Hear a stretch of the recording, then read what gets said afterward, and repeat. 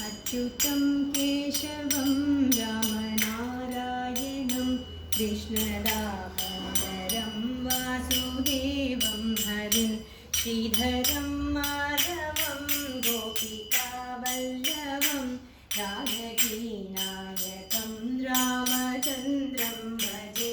अच्युतं केशवं सत्यभामाधवं माधवं श्रीधरं राधिकाराधिकां इन्दिरामन्दिरं चेतसा सुन्दरं देवकीनन्दनं नन्दनं सन्ददे।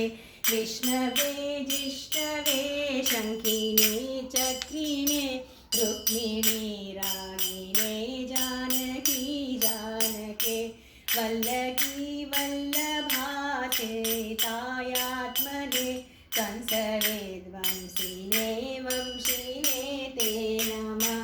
कृष्ण गोविन्द हे राम नारायणं श्रीपते वासुदेवार्चित श्रीनिधे।